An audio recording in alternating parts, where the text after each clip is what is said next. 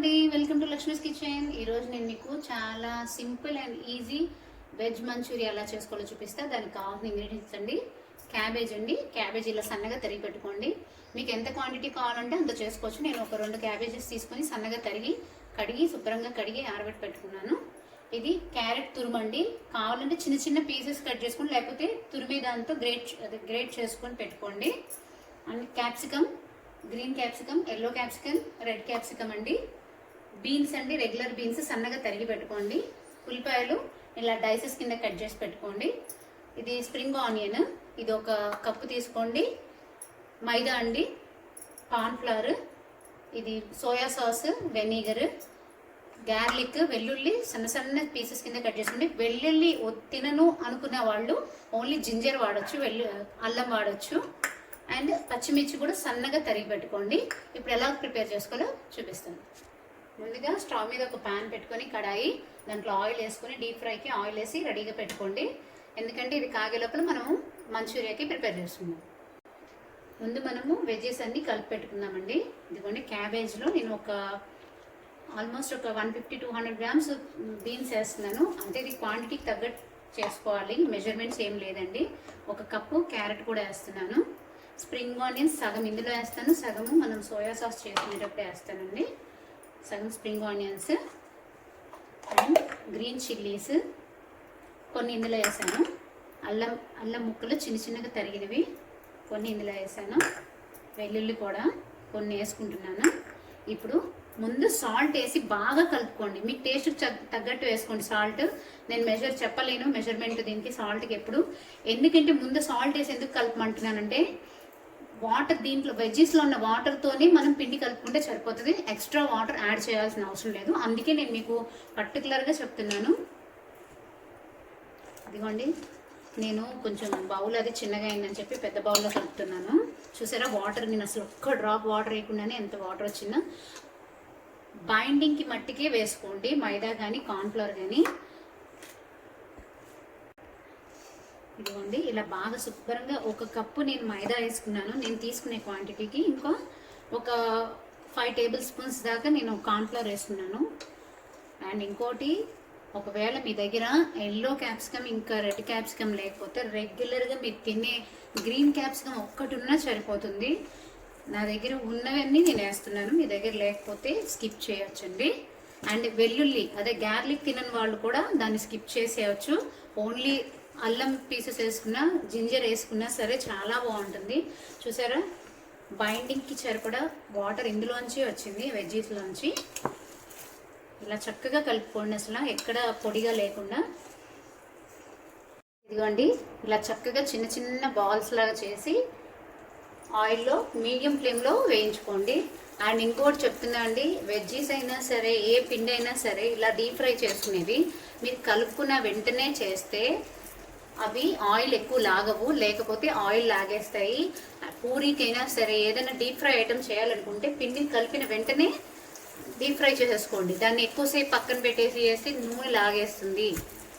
అందుకే నేను ఎప్పుడైనా సరే చేసిన వెంటనే చేసేస్తాను. పూరీ అయినా సరే ఇలాంటి డీప్ ఫ్రై. చూసారా, చక్కగా నేను అసలు ఒక్క డ్రాప్ ఆఫ్ వాటర్ కూడా ఇందులో యాడ్ చేయలేదండి.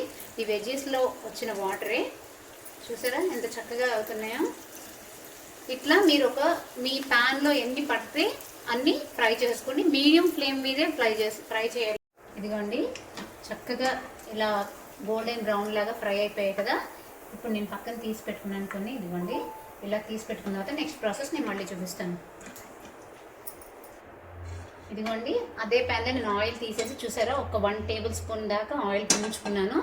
ఇప్పుడు దీంట్లో మనము ఈ వెల్లుల్లి ముక్కలు, అల్లం ముక్కలు 2 కలిపేసి ఇలా లైట్గా ఫ్రై చేయాలి. ఎక్కువ చేయొద్దు, మరి ఎక్కువసేపు అవ్వకూడదు. అన్ని జస్ట్ కొంచెం సేపు. పచ్చిమిర్చి, గ్రీన్ చిల్లీస్ అండి వేసి లైట్గా ఇట్లా సాట్ చేసుకోవాలి ఒకసారి ఇట్లా. ఇప్పుడు ఇవన్నీ రెడ్ క్యాప్సికమ్ ఉంది కదా, అది ఎల్లో, గ్రీన్ క్యాప్సికమ్, ఆనియన్స్ ఇది కూడా లైట్గా రోస్ట్ చేసుకోండి.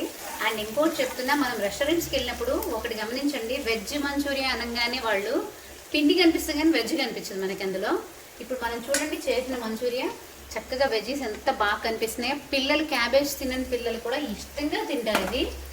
నేను చాలా అంటే చాలా చెప్తున్నాను కదా, ఇది రెస్టారెంట్లో ట్రై చేసేకంటే నేను రెగ్యులర్గా అండి నేను చెప్తున్నాను. క్యాప్సికమ్ కూడా అయ్యో రెడ్ కలర్ లేదు మా దగ్గర, ఎల్లో కలర్ లేదు కదా, రెగ్యులర్ క్యాప్సికమ్ ఒక్కటి గ్రీన్ క్యాప్సికమ్ ఉన్నా సరిపోతుంది. మిగతా ఇంగ్రీడియంట్స్ అన్నీ మీకు ఇంట్లోనే దొరుకుతాయి కాబట్టి జస్ట్ ఒక 2 మినిట్స్ ఫ్రై చేస్తున్నాము. ఇదిగోండి, నేను కరేపాకు మీకు చూపించడం మర్చిపోయాను. ఫ్రెష్గా కరేపాకు కూడా వేయండి, చాలా బాగుంటుంది అసలు. మంచిగా మీకు తెలుసు కదా, ఆల్రెడీ రెస్టారెంట్లో తినే ఉంటారు. కరేపాకు కూడా ఉంటుంది. స్ప్రింగ్ ఆనియన్స్ ఇంకా కొత్తిమీర కూడా వేస్తున్నాను. మీకు కొత్తిమీర అవసరం లేకపోతే స్కిప్ చేసేయండి. బేసిక్గా మా ఇంట్లో కొత్తిమీర మా అమ్మాయికి చాలా ఇష్టం అని చెప్పి నేను వేస్తాను. అండ్ ఇంకోటి, ఇప్పుడు 1 టేబుల్ స్పూన్ అండి కార్న్ ఫ్లవర్ అంటారు కదా, దాంట్లో వాటర్ వేసి కలిపి పక్కన పెట్టుకోండి.